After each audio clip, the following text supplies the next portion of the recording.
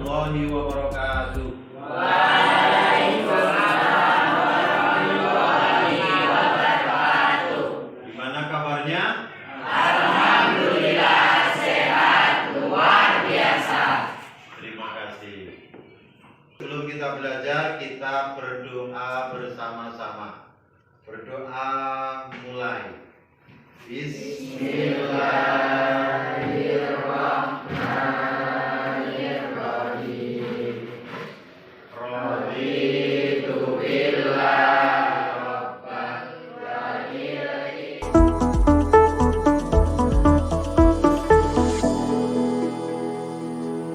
Menunjukkan kesiapan kalian untuk melakukan pembelajaran.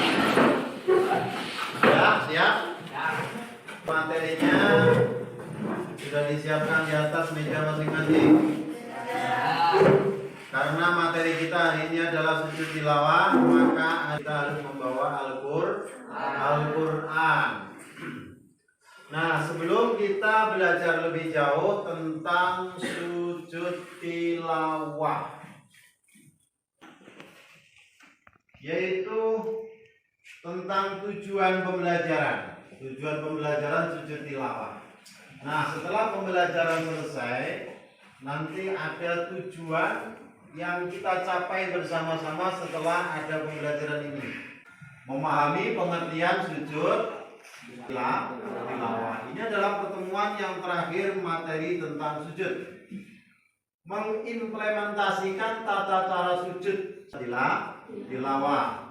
Mempraktekkan tata cara sujud tilawah dengan benar. Karena sujud tilawah ini adalah kalau hanya mengandalkan teori saja, prakteknya tidak tahu, memungkinkan kita dalam sehari-hari tidak akan pernah sujud atau tidak akan pernah melakukan sujud tilawah.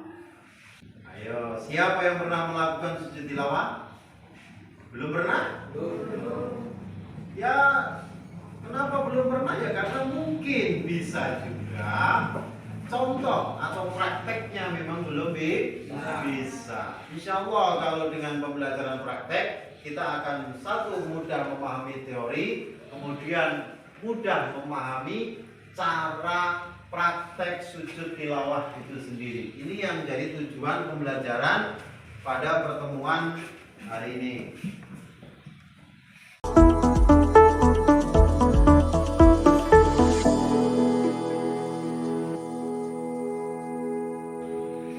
Kemudian tilawah ini berkaitan dengan Al-Quran. Al-Quran itu apa sih? Al-Quran adalah mukjizat sekaligus kitab suci. Banyak kandungan Al-Quran yang di situ sebagai mukjizat. Sebelum para ilmuwan mengatakan bahwasanya bumi bulat dan berputar pada porosnya, Allah sudah memberitahu dalam Al-Quran lebih dulu bahwasanya bumi itu bulat. Ini kebenaran Al-Quran dan banyak sekali mukjizat Al-Quran, sehingga kita ketika ada ayat-ayat sajdah kita diperintahkan atau disunahkan untuk melakukan sujud tilawah. Baik, kita teruskan materi inti dari sujud tilawah. Nah, sujud tilawah itu apa?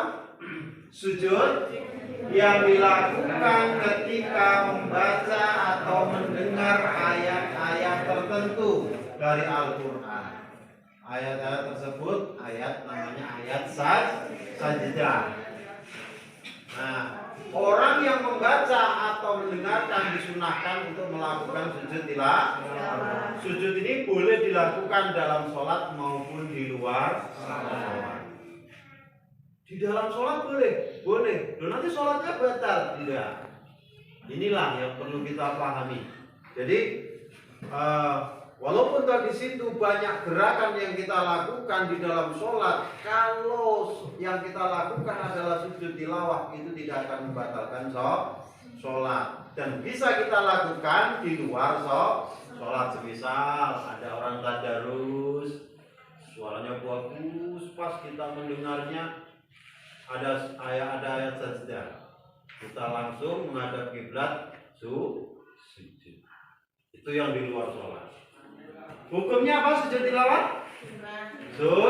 Sunnah, dilakukan untuk menyatakan keagungan Allah. Sunnah itu kalau dilakukan mendapat pahala, kalau ditinggalkan tidak mendapat dosa. Sujud tilawah sunnah dilakukan untuk menyatakan keagungan Allah dan sekaligus pengakuan bahwa diri kita adalah makhluk yang sangat lemah. Hanya dialah yang zat yang maha kuasa atas segala sesuatu.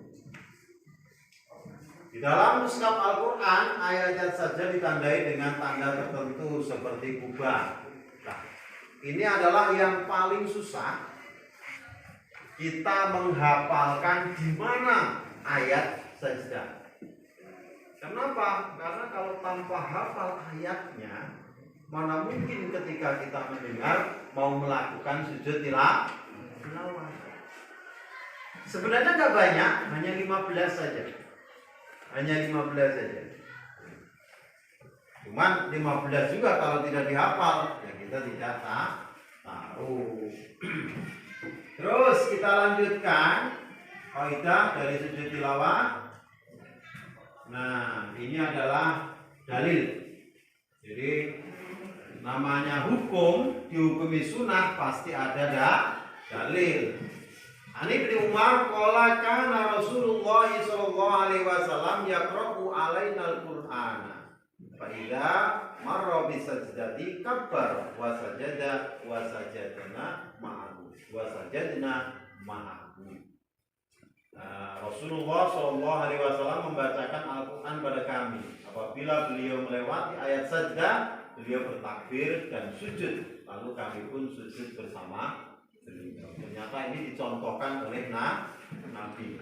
Kita sebagai umatnya nggak pernah melakukan sujud tilawah. Nah, inilah pengajaran syariat yang perlu kita kembangkan sehingga kalian benar-benar bisa memahami.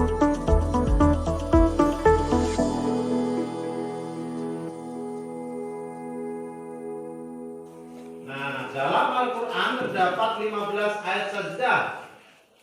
Pada surat Al-Alaq, di antaranya surat Al-A'raf, surat Ar-Ra'd itu surat An-Nahl. Nah, coba kita lihat.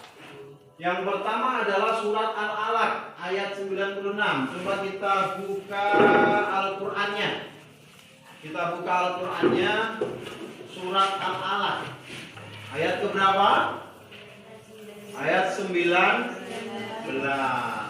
Coba ayat 19 dibaca bersama-sama. Ayo, ayat 19-nya saja. Ayo dibaca bersama-sama. Ayat 19 bunyinya seperti apa? Kalla tusibu wasjud waqtarib. Nah, itu termasuk ayat sajdah. Ketika mendengar ayat ini, nah ini kita langsung ambil posisi, kemudian melaksanakan sujud tilawah. Coba contoh yang terakhir surat An-Nahl ayat 50. Silakan dibuka surat An-Nahl ayat 50. Sudah ketemu? Nah, kita baca bersama-sama. Ya khafuna rabbahum min fawqihim wa ya'lamuna ma yu'marun. Ada tandanya di situ?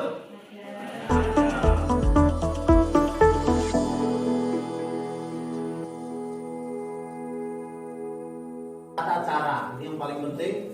Ketika kita sudah memahami teori, tata cara, dalil sudah, ayat-ayat sudah, tata caranya ini yang paling penting. Begitu mendengar atau membaca ayat sajdah dalam sholat, langsung takbir untuk bersujud sekali. Awas, sujudnya hanya sekali, jangan 2 kali. Nanti dikira kamu sujud sahwi. Tanpa mengangkat kedua tangan. Ya, ketika dalam sholat, misal wasjud waqtarib. tanpa mengangkat tangan, langsung sujud. Nah kemudian dalam sholat berjamaah makmum wajib mengikuti imam. Jika imam sujud tilawah maka kamu harus ikut. Nah nanti kalau nggak paham gimana? Ya pokoknya ikut. Namanya makmum itu harus selalu mengikuti imam. Jika imam membaca ayat sajdah kemudian melakukan sujud tilawah maka makmum wajib ikut sujud. Tetapi apabila imam tidak sujud maka makmum pun tidak boleh sujud sendirian. Nanti juga membatalkan sholat. Tata cara sujud tilawah di luar sholat. Begitu selesai membaca atau mendengar ayat sajdah, ini tata caranya langsung menghadap kiblat. Jadi ini di luar sholat ya. Begitu selesai membaca atau mendengar ayat sajdah maka langsung menghadap kiblat dan niat melakukan sujud tilawah. Bertakbir seperti takbiratul ihram. Semisal contoh, kalian lagi membaca Al-Quran. Dari situ ternyata ada ayat sajdah. Di Al-Quran sudah ada tandanya. Kemudian kalian kepengen sujud, bagaimana caranya? Nah, berarti langsung duduk takbiratul ihram.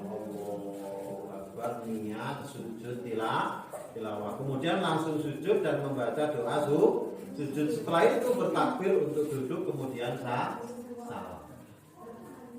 Di prakteknya sangat mudah sekali.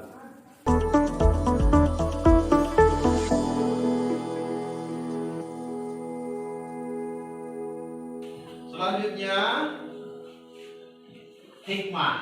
Namanya pembelajaran, namanya syariat, semuanya punya hikmah. Mendekatkan diri kepada Allah, Zat yang Maha Pencipta. Kita cara mendekatkan diri dengan Allah ya dengan cara seperti ini. Menghindarkan diri dari sikap sombong dan angkuh. Orang yang selalu mau melakukan sujud itu akan terhindarkan dari sifat sombong. Nah, kemudian yang terakhir, silakan dibaca. Never stop learning because life never stop teaching. Jangan pernah berhenti belajar, sebab hidup tak pernah berhenti memberi pelajaran. Sebelumnya kalian sama sekali nggak bisa namanya teori sujud tilawah. Karena mau belajar akhirnya tak tahu. Apalagi karena mau praktek pembelajarannya akhirnya paham.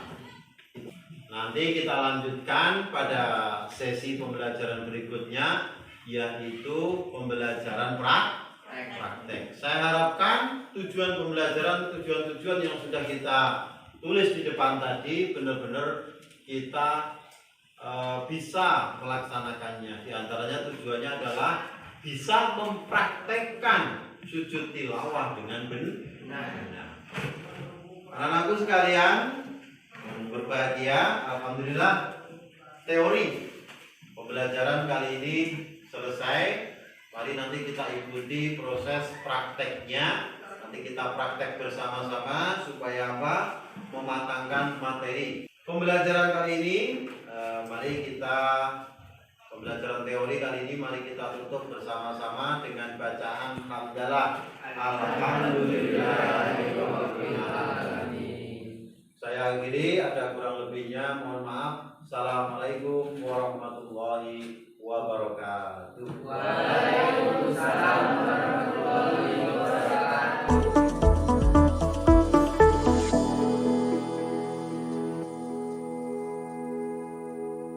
Di praktek sujud tilawah, jadi teori saja saya kira kurang matang dalam pembelajaran. Mungkin ditambahi dengan sistem praktek, mudah-mudahan ini menjadi pembelajaran yang benar dipahami secara menyeluruh. Kemudian ketika nanti suatu saat kalian mempraktekkan sehari-hari, ini akan menjadi mudah. Satu, prakteknya adalah kita mau praktek sujud tilawah yang di luar sholat. Nasihatin kadibatin khoti'ah Fayad'u nadiyah Sanad'u sabaniya Dekap sujud. Allahu Akbar. Nah, ini membaca doa sujud. Allahu Akbar, bangun. Langsung Assalamualaikum warahmatullahi wabarakatuh. Nah, ini praktek sujud tilawah di luar sholat. Praktek yang kedua adalah praktek ketika sujud tilawah berada di dalam sholat. Nah, coba Yan maju jadi imam.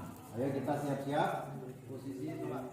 Sanadu zabaniyah kalla la tuti'hu wasjud wa qtari. Nah, tanpa melakukan takbir langsung sujud. Allahu Akbar, langsung sujud. Doa sujud tilawah. Langsung bangun. Langsung berdiri lagi. Nah, berdiri lagi. Diteruskan karena sudah posisi akhir. Karena ayat ini adalah posisinya akhir pada surat, maka langsung rukuk. Allahu Akbar. Rukuk melanjutkan sholat. Ayo. Ini artinya apa? Melanjutkan sholat. Artinya apa? Sujud tilawah itu dilakukan di tengah-tengah posisi sholat. Nah, kalau nanti yang dibaca itu ayat sebenarnya ayat ada di tengah-tengah, berarti dia melanjutkan bacaan surat. Melanjutkan bacaan surat sampai selesai, kemudian baru sujud melanjutkan sholat. Nah, sudah. Terima kasih. Anakku sekalian yang berbahagia, alhamdulillah pembelajaran hari ini kita selesai sampai rangkaian pembelajaran praktek sujud tilawah. Semoga ini menjadi ilmu yang bermanfaat. Amin ya rabbal Amin. Mari kita bacakan hamdalah bersama-sama. Alhamdulillahirabbil alamin.